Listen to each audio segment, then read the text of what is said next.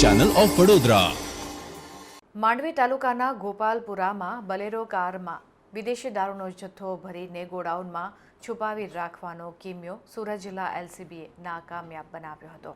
સુરત જિલ્લા વિસ્તારમાં તહેવારોના અનુસંધાને પ્રોહિબિશન જુગારની ગેરકાયદેસર પ્રવૃત્તિ સદંતર નેસ્તો નાબૂદ કરી અસરકારક કાર્યવાહી સુરત જિલ્લા એલસીબી પોલીસે હાથ ધરી છે।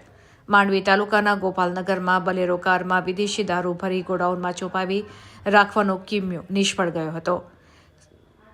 સુરત જિલ્લા એલસીબીએ ₹7,22,000ના મુદ્દામાલ સાથે આરોપી જિગ્નેશ ગામિતને ઝડપી પાડ્યો હતો। પોલીસે દારૂનો જથ્થો મોકલનાર આરોપીને વોન્ટેડ જાહેર કરી ઝડપાયેલા આરોપી વિરુદ્ધ ગુનો નોંધી આગળની વધુ તપાસ હાથ ધરી હોવાનું જાણવા મળ્યું છે।